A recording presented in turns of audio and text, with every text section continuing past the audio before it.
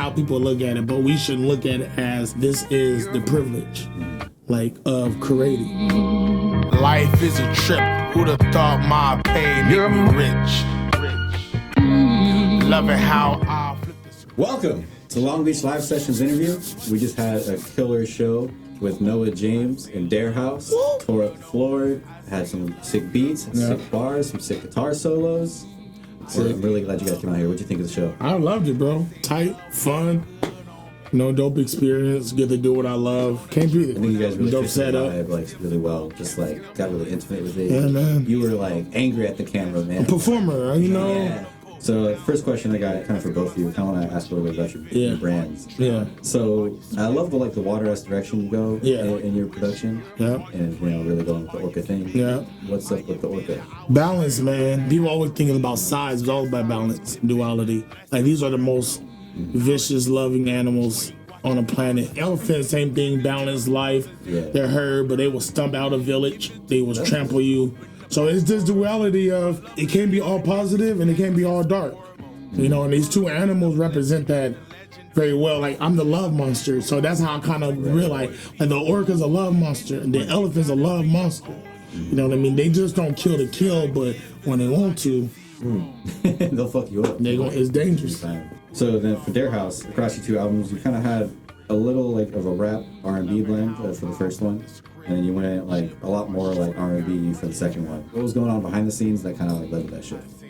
I would say, I'm a full-time musician, so maybe performing live, learning covers of R&B songs that I already like, whether it be 90s, 2000s. Subconsciously, I'm like, I can incorporate with my rapping, and I started rapping even less. I'm like, okay, let me just mix both of those together and like have fun, make combinations of different things I like.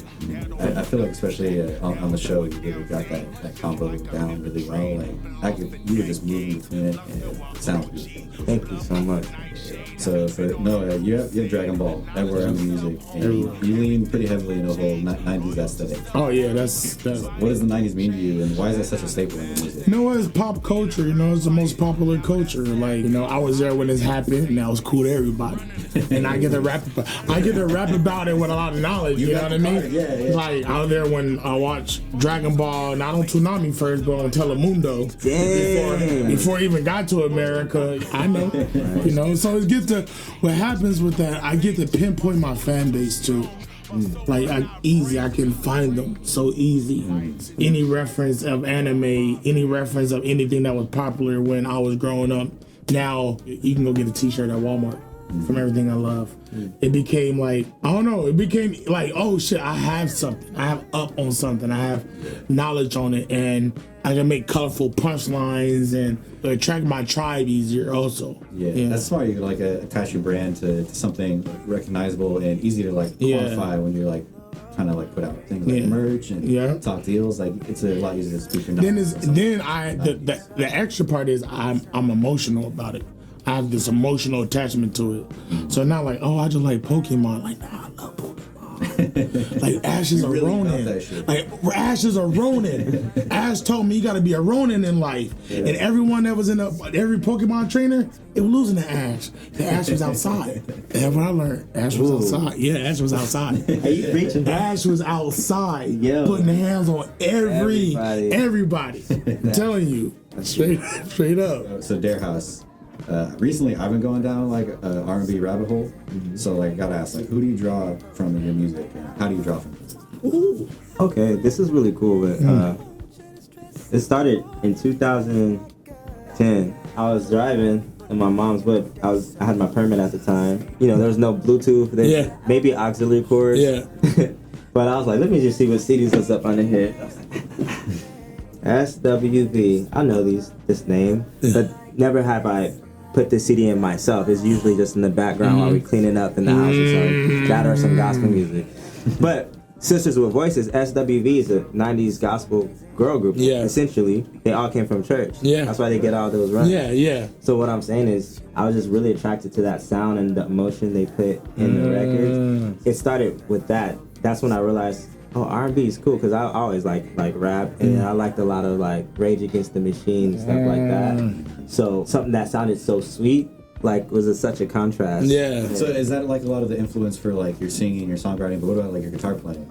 I gotta give it to my dad. My dad is an excellent musician, so he never forced me to play it. Like he wasn't like a Joe Jackson on me. Shout out to Jackson family. But it was one of those things where he used reverse psychology without knowing it. Like I was like, Dad, let me see that bass. He's like, you can't play that bass. I was like, I can. So that's how I started on Shout out to Pops. 2007. It's always like our parents that kind of like pass that on to us. Yeah. Mm-hmm. I got all my music from my parents. My granny.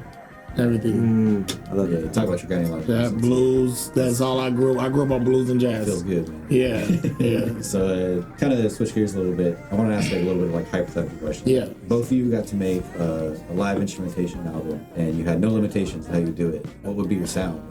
Like a live band album behind your music. How would you pick your instruments? What would be your sound? And we had full access to any musicians and stuff like that we wanted. Yeah. You know what I think I would do? I think I'd hit up Noah James and be like, yo, let's make a live album. And just do our records, but with different arrangements. Oh, that's hard. Like the records we have already. Yeah, nah, that's hard. Honestly, during the show, I was thinking about you guys collaborating. Yeah, nah, that's Like, hard. we're talking about like balance, right? Yeah. You guys' sound is like. Oh yeah, it'd be Maybe that'll be balance. the name of one of the Different tracks, directions, Balance. That one, yeah, that's hard. Damn. No, I got you. Yeah. No, I got you. Damn, that's a hard. I don't know, man. So like, I feel like the directions I think about for that are like late registration, Yeah. or like the Roots, or like Yeah. D'Angelo. Like, Oh, Yeah. and then you can also get all like the kind of crazy like Andre's Fruit album. Ooh. I will show you that. It'd be, man, if I did it, it'd be like a mix of, I love Jonathan Davis, like from Korn. I'm a big, like, Korn, like, Okay. yeah, it'd be like between like Korn, Sublime, Roots. Almost like a rock ska. Yeah, a little bit with reggae. What's that one instrument in Jamaica they play? Is it still drum? Whatever. I want to perform at places like where Mata Yahoo and Willie Nelson is at. So I would create a band where I can be placed in these mix where like Bone Thugs, Willie Nelson, a country singer. Like, you know what I mean? Like, I don't want to be at Coachella. I want to be at Stagecoach. Like, yeah, like, you know, Ooh. yeah, just a minute. That's a good vibe. Yeah, like it's really You actually do have the balance. it's like healing vibes. Yeah. Like even as a stoner, when I talk about weed, I want to be healing. Visionaries. Yeah, damn. That's a good question. For the next question, Noah, listening through your music, I feel like your enunciation, Yeah. your delivery is like super integral to your style. Was that like purposeful? Yeah, purposeful. They used to put me in the slow classes when I was young.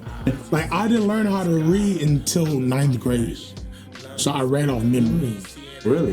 When you grow up in poverty, just you find a way how to get by.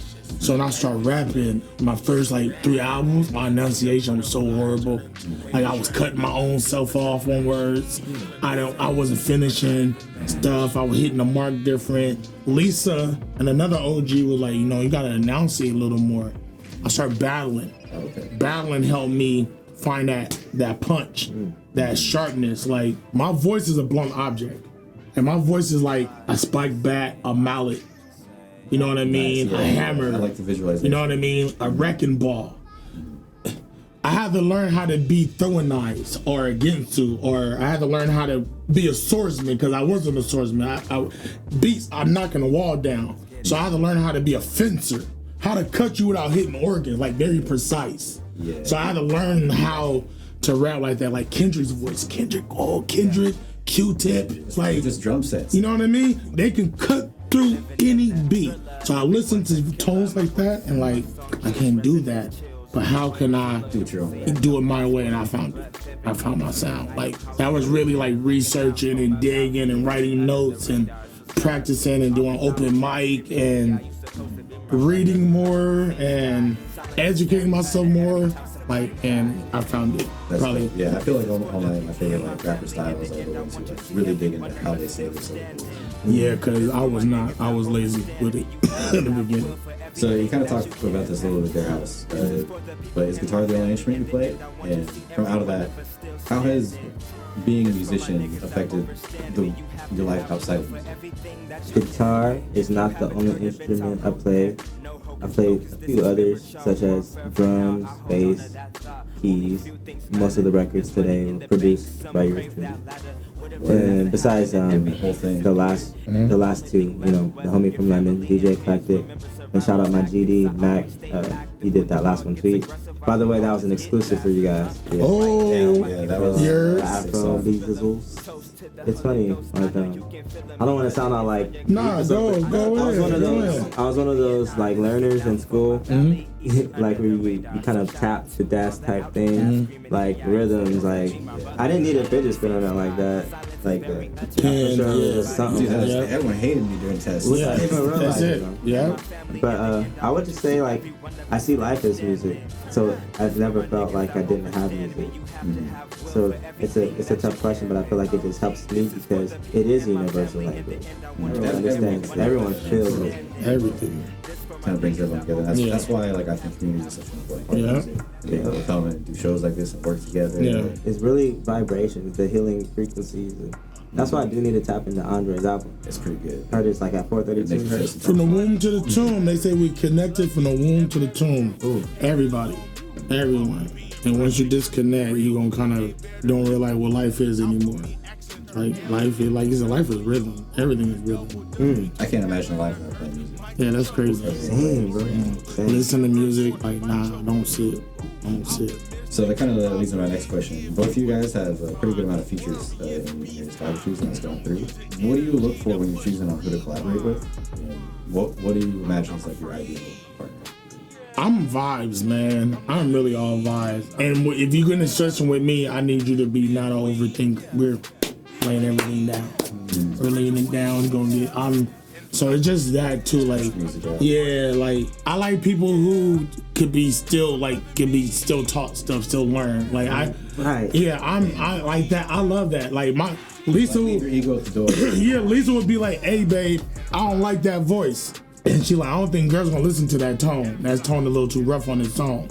And she like, "Use your podcast voice. Go into this voice. Go into this voice." So it's like community. I like people who write and be like, "I got this bar." Like just enthusiasm in the studio. Like this is your playground. Treat this like as your playground. I understand you want it as your job, but We're here to love music. yeah, like that's just the default of how people look at it, but we should look at it as the privilege, like of creating, like so, and that's I end up like creating with that a lot of people. Yeah, I feel like Noah hit it on the nail. It's like you want it to be a collaboration. Are you trying to write for me at some point? Because some people are just, or even myself at times, I have to learn to like listen because what they're not saying what I have. Like say if we're writing together, you're like, yo, don't do that bar. I have to be like, I can't take it offensive. You never said the bar was bad. Yeah. But it's a collaboration. And then he might say something, and then I do it. I'm like, oh, that is tight. You just like actually listen. Everyone has a reason. Every time Yeah, they say something like, yeah, it's a collaboration. it's Yeah. it's My an idea ideal there. person to collaborate Yeah. with is a good listener and like someone who knows how to communicate. No facts. Yeah. Well, that question's gonna wrap up our interview. Thank you guys for coming on the show. Yeah, that was one of my favorite shows we've had so far. Oh man, appreciate you, man. Don't forget to check out the show that they played last week. It'll be up on YouTube on our channel, Calibrated Productions. Don't forget to like, subscribe, click the notification. Don't forget to check out Noa James, Dare House Hey, on Instagram. Don't check out their albums. Shout out to the whole Inland Empire. Like again, shout out to my granny. Hey, shout out to my homie Russell that just became Zordon on Power Rangers. You see, he from the IE. He was a Red Ranger and he was a White Ranger, and now he just became Zordon. Big Inland. Let's go. hey, What's next for you guys? Shows. My birthday, New Year's Eve, so I got like 8 shows coming up and getting ready for 2024 with like tours and music. And I got a project called King Orca with my brother Audio King, all produced. A project called Pterodactyl Jones with Curtis King. I got a whole project called Mirrors in the Clouds. I wrote 17 songs at Disneyland on shrooms. And this is all the song. No cussing on it too. Very majestic and That way you grimy. can play the Disneyland. Yeah, real talk. yeah. Finishing up the tour with the homie Paulie, and he's a guitar player. And y'all heard the song on the stream. Tweet. Be sure to stream that when it comes saying out. that for You know what? It's so new. I didn't even pick a date for it to come. Don't even worry I ain't about gonna it. lie, I learned it on the way here, but other than that, just trying to stay in the frequency of love, and y'all brought the vibes here today, so But that's how good you are. You learned that shit today. It looks like you've been playing that. Yeah, I'm like, The very last song to you, I'm just like, yeah. yeah, you nice. Thank you. Nice, man. Thank you guys. I appreciate it.